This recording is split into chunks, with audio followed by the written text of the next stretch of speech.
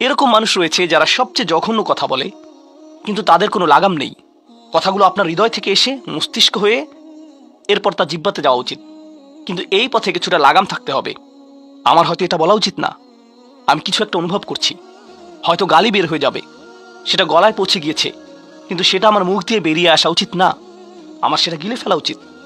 কিন্তু কিছু মানুষ রয়েছে তাদের মাথায় যা আসে তাই বলে ফেলে। কারোর সাথে আপনার 6 মাস পরে দেখা হলো কোনো একটা পার্টিতে, ঈদের সময় অথবা অন্য কোথাও, হে আসসালামু আলাইকুম, আপনি তো মোটা হয়ে গেছেন, সবার সামনেই। এটা কেমন কথা? আপনি এটা মনে মনে আনতে পারেন আর নিজের মনে মনে মাশা আল্লাহ বলতে পারেন, কিন্তু সবার সামনে কেন আপনাকে এই কথা বলতে হবে? হেই, তুমি তো কয়েক বছর আগে পড়ালেখা ছেড়ে দিয়েছিলে, এখনো পাশ করনি, এখনো ফেল অবস্থাতেই আছো। মানুষ আপনাকে এরকম কথা বলে আর এটা আপনাকে রাগান্বিত করে। এই অবস্থায় কি করবেন? আল্লাহ বলেছেন এটা আপনার মনের বিনয় প্রকাশের অংশ। এভাবেই আল্লাহ আমাদের বিনয় যাচাই করবেন।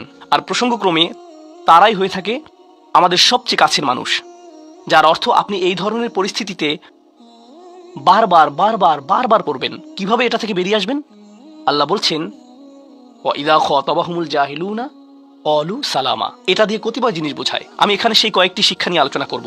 যখন এমনটা ঘটবে আপনার তাৎক্ষণিক প্রতিক্রিয়া হবে শান্তি, ক্বালু সালামা। এটা দ্বারা বিদায় বোঝাতে পারে। আপনি বলবেন সালাম, আমি আর এই আলোচনা চালিয়ে যেতে চাই না, আমি সম্মানজনকভাবে আপনাকে বিদায় জানাবো। ও দাঁড়ান, আমার তো একটা মিটিং আছে। এর বাকি অংশটুকু আপনি মনে মনে বলতে পারেন আল্লাহর সাথে দোয়া করার জন্য, কিন্তু এটা তার কাছে প্রকাশ করার প্রয়োজন নেই। শুধু বলুন যে আমার একটা মিটিং আছে, আর সেখান থেকে চলে আসুন, কারণ আপনি এটা নিতে পারবেন না। তারা সেখান থেকে বেরিয়ে আসে সম্মানজনকভাবে, এটা একটা অর্থ। যখন জঘন্য মানুষ আপনার কাছে আসে, বেরোবার পথ খুঁজে বের করবেন। কোরআন এই সূরাতে আরো পরে যা বলেছে যে মাররু কিরামা, সম্মানজনকভাবে তারা এটা অতিক্রম করে চলে যায়। কিছু কিছু মানুষ আছে যারা এমন কথা বলতে চায় যা আপনাকে রাগান্বিত করবে। তারা আসলে এটা করে মজা পায়। তারা কথা বলবে শুধু আপনাকে উত্তেজিত করার জন্য। আর তাদের কেউ কেউ জানে যে ঠিক কি বলতে হবে, কারণ তারা আপনার সাথে আগেও কথা বলেছে। আর তারা জানে যে কোন জিনিস আপনাকে রাগিয়ে তুলে, তাই তারা জানে যে কোন বাটনটি প্রেস করতে হবে আর কিভাবে আপনাকে বিরক্ত করতে হবে। আপনি বসে আছেন, আমি উত্তেজিত হব না, আমি উত্তেজিত হব না, আমি উত্তেজিত হব না, কিন্তু তার কথা শুনে আপনি বিশাল দানবে পরিণত হয়ে গেলেন, যার ফলে সব ধ্বংস হয়ে যাবে। আর সেই ক্ষেত্রে আপনাকে আগে এটা রোধ করতে হবে। আপনি এখানে কথা বলতে পারেন আর বলতে পারেন যে দেখুন, আমি এই বিরোধ চাই না, আসুন শান্তিপূর্ণ সময় ব্যয় করি, আসলে এই বিষয়টা নিয়ে আজ আর কথা না বলি, এতে অনড় থাকুন। এটা দিয়েও ক্বালু সালামা বোঝায় আমি আপনার সাথে ঝগড়া করতে চাই না, আমি শুধু চাই আলোচনাটা যাতে কুৎসিত পথে এগিয়ে না যায়। কখনো কখনো আমরা ভদ্রতা দেখাই, আর সেই সুযোগে মানুষ আমাদেরকে অসম্মানজনক কথা বলতে থাকে, এবং আত্মবিশ্বাসের সাথে মানুষকে জানিয়ে দিবেন যে তাদেরকে থামতে হবে, তারা সীমা ছাড়িয়ে যাচ্ছে। এটা সঠিক নয়, এমনটা করা সম্মানহীনতা নয়, শিষ্টাচার বহির্ভূত নয়। আপনি নিজের জন্য রুখে দাঁড়াতে পারেন, কিন্তু এটা শুধু মর্যাদাপূর্ণ উপায় করতে হবে, এমনভাবে যা শান্তিপূর্ণ। এছাড়াও সালামা শব্দটিকে অনেকেই অবস্থা হিসেবেও দেখেছেন। অন্য কথায়, যখন তারা জবাব দেয় তারা পরিপূর্ণ শান্তিপূর্ণ অবস্থায় থাকে, এটা ভিন্ন একটা অর্থ। যখন জঘন্য মানুষেরা আপনার সাথে কথা বলে, তারা আপনাকে বিরক্ত করে, তারা রাগান্বিত করে, তারা মিথ্যার পর মিথ্যা, মিথ্যার পর মিথ্যা, মিথ্যার পর মিথ্যা বলে, আর আপনাকে সেখানে বসে এটা শুনতে হয় যেন এটা সত্য।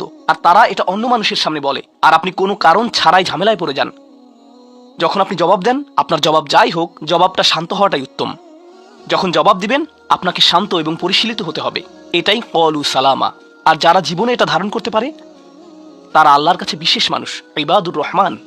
অন্য কথায়, এই অনুপ্রেরণাটিকে আমাদের মনে রাখতে হবে। সেই রকম সময়ে যেই ব্যক্তির সাথে আপনি কথা বলছেন সে এর যোগ্য না, বরং সে হয়তো চপটাঘাত পাওয়ার যোগ্য।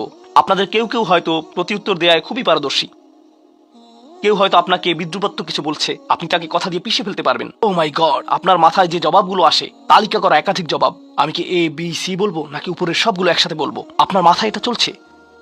আর সেই মুহূর্তে যখন আপনি বিরত হওয়ার সিদ্ধান্ত নেন, কঠিনভাবে না বলার, প্রতিক্রিয়া না দেখানোর, শান্ত থাকার সেই শক্তি অর্জনের জন্য, আপনার আর আমার অনুপ্রেরণা যা হবে তা হলো, আমি ইবাদুর রহমানের মধ্যে শামিল হতে চাই।